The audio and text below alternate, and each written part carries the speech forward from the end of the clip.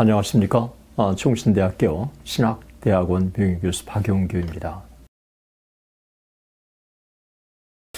이제 이런 긴 설명을 제가 이제 말씀을 드리고 이제 본론으로 제가 돌아가려고 합니다. 제가 이 시간에 말씀드리는 거는 제가 들은 이야기이고 또 제가 알게 된 이야기이고 그리고 진행형이라고 하는 사실을 제가 말씀을 좀 드리기를 원합니다. 그리고 또 제한적일 수밖에 없다고 하는 것도 제가 말씀을 드리기를 원합니다.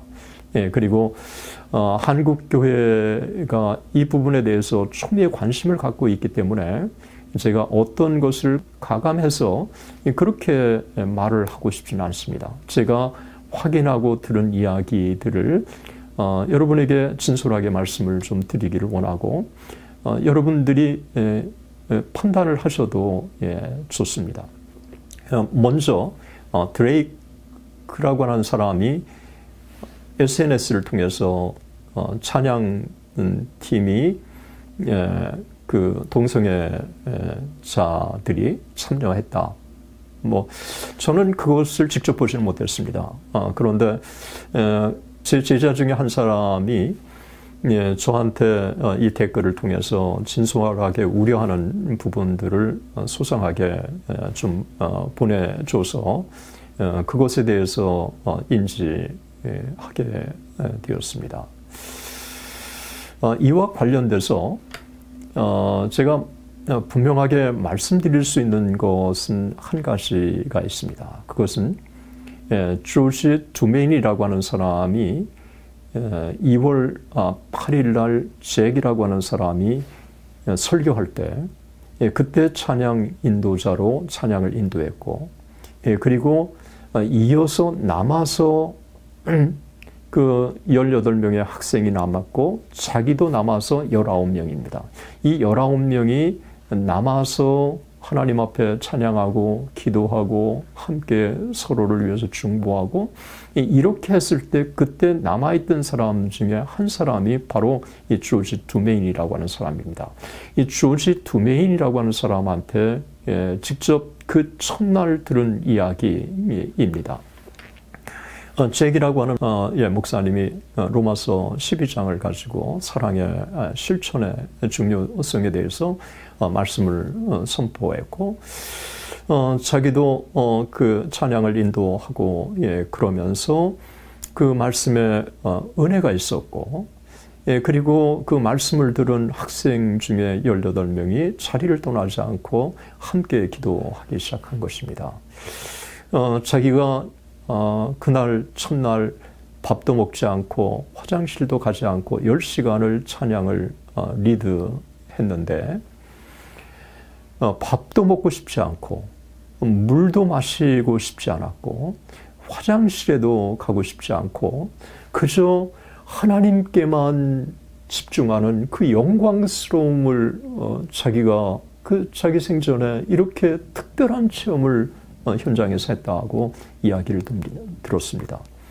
그리고 그런 성령의 이 강력한 임재가 자기뿐만 아니라 이 학생들 가운데서도 임했고 그 중에 18명의 학생들이 남아서 함께 중보하고 또 소그룹으로 서로 기도해주고 또 그 중에는 또 죄를 고백하고 이러면서 계속해서 그 자리를 떠나지 않고 모임이 계속되니까 학교가 이 사실을 알게 되고 그리고 수업을 중단하고 또 이 사실을 SNS를 통해서 학생들이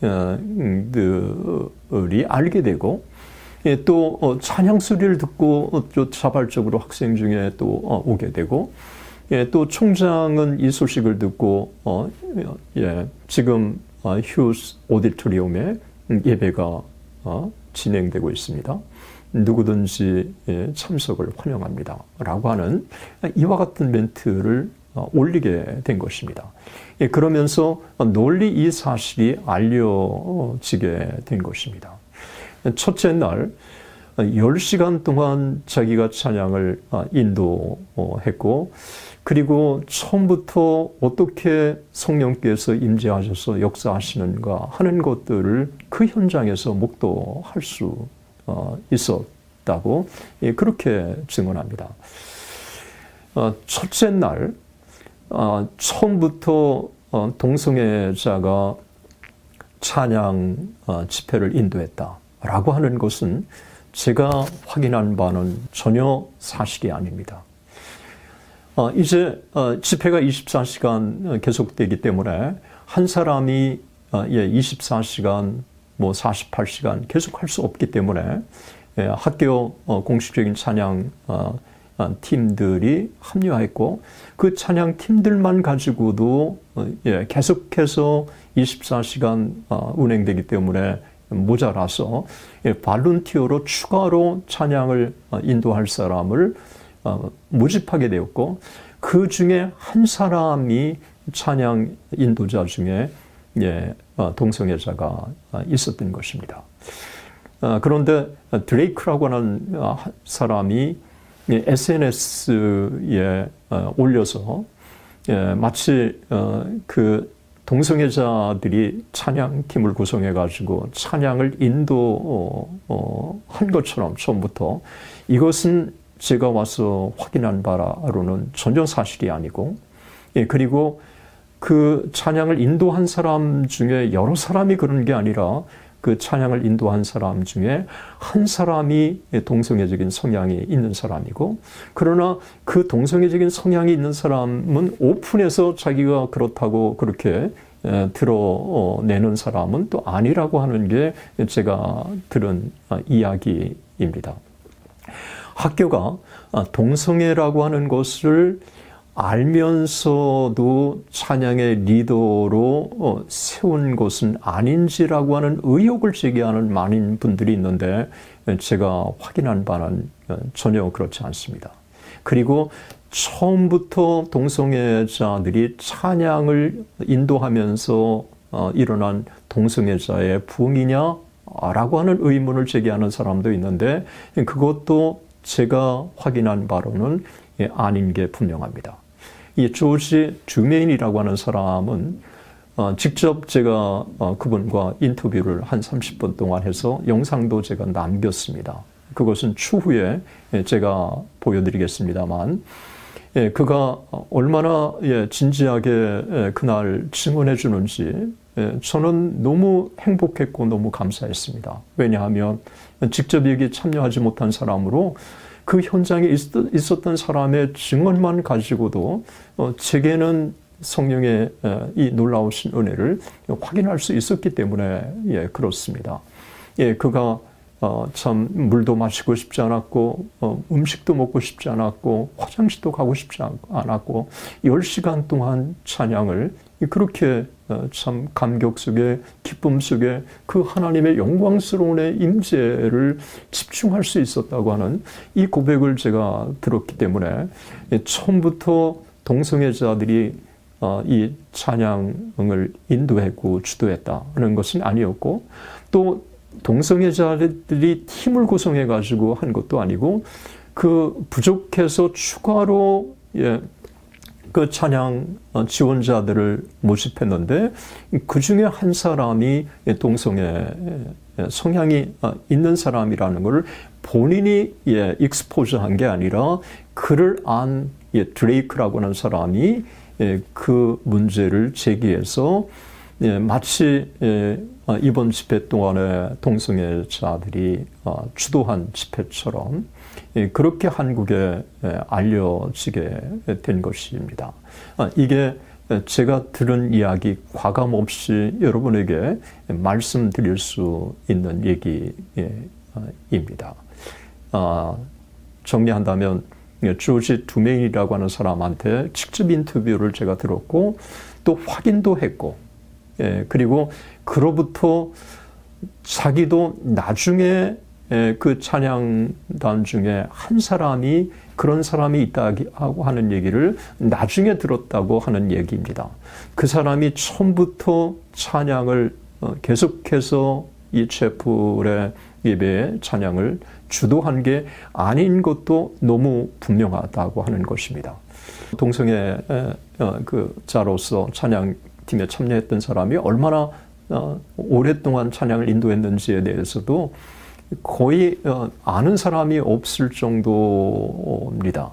그러니까 이번 집회가 동성애자들이 주도한 집회라든가 동성애자들이 찬양팀으로서 이 집회를 주도했다고 하는 것도 그것도 정직한 평가는 아니라고 하는 것입니다.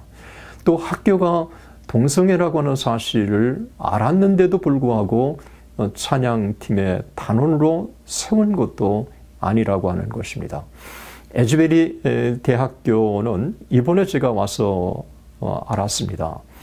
페이스 스테이트먼트라고 하는 학교마다 표방하고 있는 신앙 고백이 있습니다. 이 신앙 고백 중에 이 에즈베리 대학교는 전통적인 한 남자와 한 여자의 결혼이 성경적인 결혼이라고 그렇게 명문화 시키고 있다고 하는 이와 같은 이야기를 제가 들었습니다.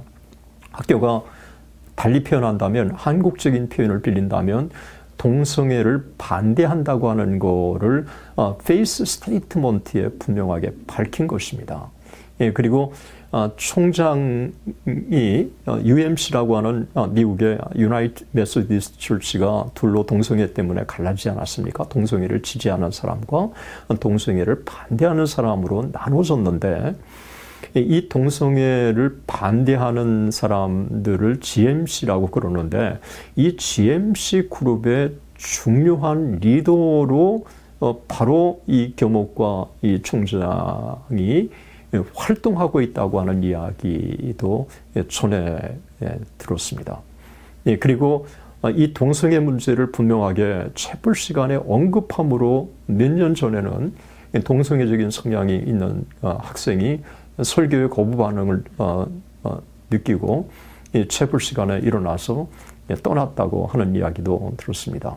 미국에는 기독교 학교지만 동성애적인 성향이 있다고 해서 입학을 거부하거나 그러는 것은 미국의 법으로 금하고 있지 않습니까? 그러니까 참 그런 상황에서 학교가 동성애에 대해서 반대한다고 하는 이 전통적인 결혼이라고 하는 게 성경적이라고 하는 것을 명문화시키고 있는 학교라고 하는 것은 제가 볼 때 드문 경우입니다.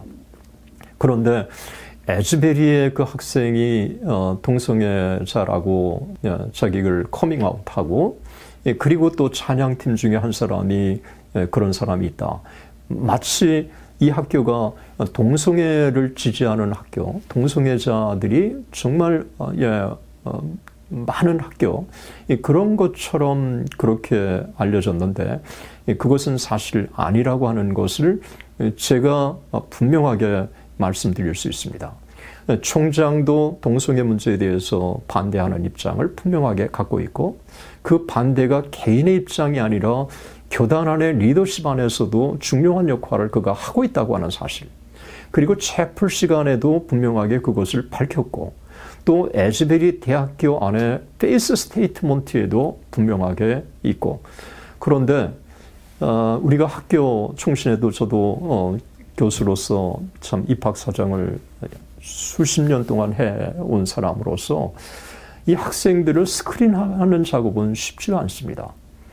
이 동성애라고 하는 거를 일일이 너 동성애자야? 아니야? 이렇게 물어보고 입학시킬 수 없는 미국의 환경, 미국 법은 이 성소수자에 대해서 차별하는 것을 금지하지 않았습니까? 그런 질문 자체가 법적으로 금지된 상황에 동성애자들이 입학하는 부분에 대해서는 우리가 어떻게 할 수 없는 이런 상황이라고 하는 거를 제가 참 여러분에게 말씀을 좀 드리기를 원합니다.